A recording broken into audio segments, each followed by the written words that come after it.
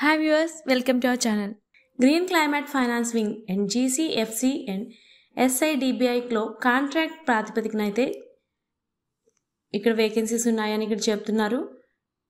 And ఇక్కడ వచ్చేసి first vacancy వచ్చేసి అసోసియేట్ మేనేజర్ పర్యావరణ మరియు సామాజిక రక్షణ నుంచి.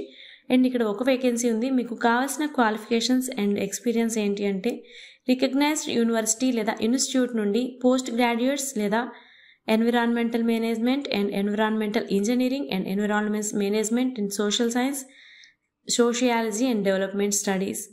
వీటిలో మీరు కంప్లీట్ చేసి ఉండాలి, స్టడీ కంప్లీట్ చేసి ఉండాలి. కన్సల్టెన్సీ 2 years వర్క్ ఎక్స్పీరియన్స్ అయితే ఉండాలి అంటున్నారు.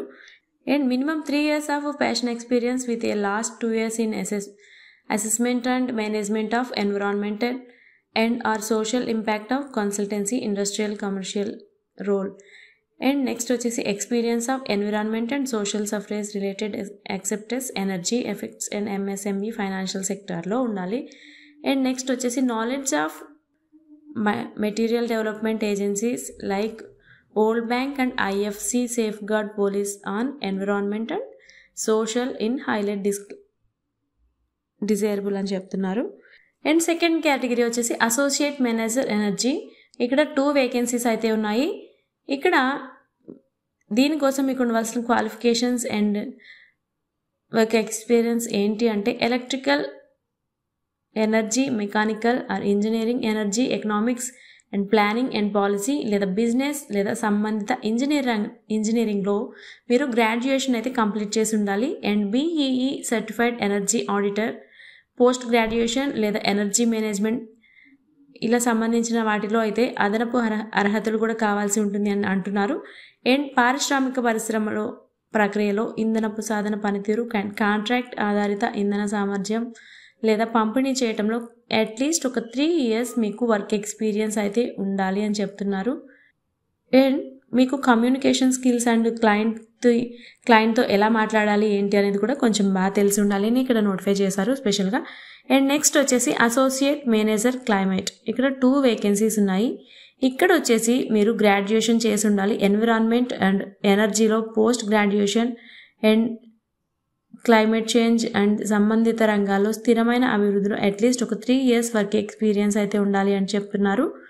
అండ్ పీర్ రివ్యూడ్ జర్నల్లో 2 లేదా అంతకంటే ఎక్కువ పరిశోధన పత్రాలు తాజా పోస్ట్ గ్రాడ్యుయేట్స్లు కూడా ఈ పోస్ట్కి అయితే అప్లై చేసుకోవచ్చు అని చెప్తున్నారు. అండ్ యుఎన్ ఏజెన్సీ, ప్రపంచ బ్యాంక్, ఏడిబి అండ్ ఏఐఐబి మొదలైన వాటితో సహా ద్వైపాక్షిక, బహుపాక్షిక ఏజెన్సీస్ కలిగి ఉండే జాతీయ, అంతర్జాతీయ ఏజెన్సీస్లో ప్రాజెక్ట్స్లో పనిచేసిన ఎక్స్పీరియన్స్ అయితే కంపల్సరీ అని అడుగుతున్నారు. And MS excel and financial modeling యొక్క అధునాతన పరిజ్ఞానంతో అద్భుతమైన కమ్యూనికేషన్, రిపోర్ట్ రైటింగ్ మరియు డ్రాఫ్టింగ్ కలిగి ఉండాలని చెప్తున్నారు.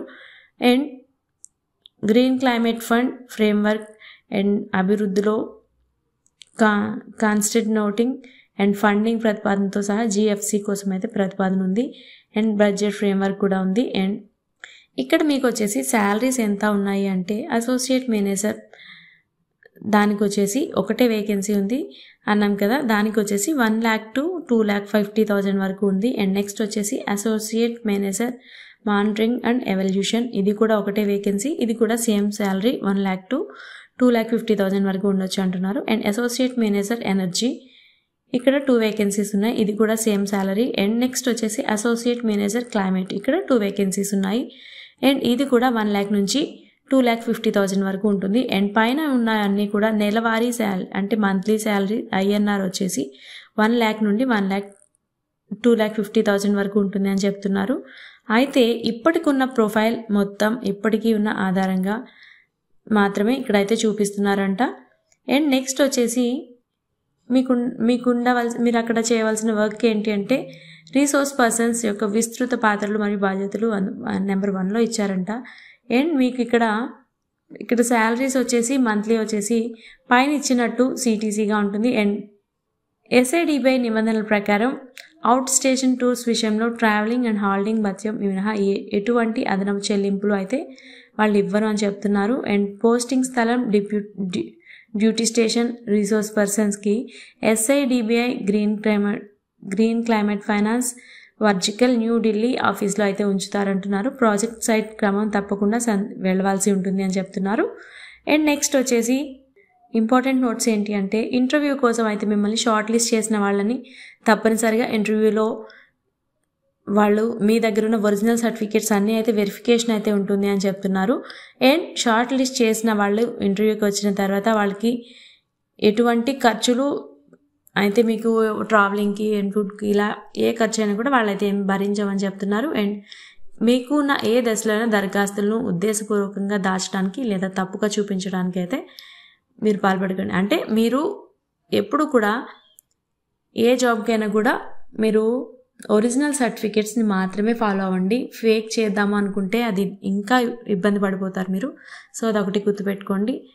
అండ్ మీరు ఈ ఫామ్స్ వచ్చేసి ఆన్లైన్ అప్లికేషన్, మీ బర్త్ సర్టిఫికేట్స్ అంటే 10th సర్టిఫికేట్స్, అందులో డేట్ ఆఫ్ బర్త్ కన్ఫర్మేషన్ కోసం ఉంటుంది. అండ్ ఎసెన్షియల్ క్వాలిఫికేషన్స్కి సంబంధించిన డాక్యుమెంట్స్ ఇవ్వాల్సి ఉంటుంది. అండ్ మీ ఎక్స్ట్రా క్వాలిఫికేషన్స్ అంటే passport size photo and mark sheets కూడా ఇవ్వాల్సి ఉంటుంది. అండ్ మీ ఎక్స్పీరియన్స్ సర్టిఫికేట్స్ కూడా ఇవ్వాల్సి ఉంటుంది. అండ్ సో ఈ నోటిఫికేషన్స్కి వచ్చేసి starting date April 23rd and 2025 start అయింది. అండ్ లాస్ట్ డేట్ వచ్చేసి May 14th, 2025. సో ఈలోగా మీరైతే ఈ జాబ్ కోసం అయితే అప్లై చేసుకోవాల్సి ఉంటుంది. అండ్ మీరు ఈ జాబ్కి ఖచ్చితంగా సెలెక్ట్ అవ్వాలని మనస్ఫూర్తిగా కోరుకుంటాం. అండ్ ఇలాంటి మంచి మంచి జాబ్ అప్డేట్స్ కోసం అయితే మన ఛానల్ని ఫాలో అవ్వడం అసలు మర్చిపోవద్దు. అండ్ ఈ లింక్స్ వచ్చేసి డిస్క్రిప్షన్లో ఉన్నాయి, ఒకసారి చెక్ చేసుకోండి. Thanks for watching.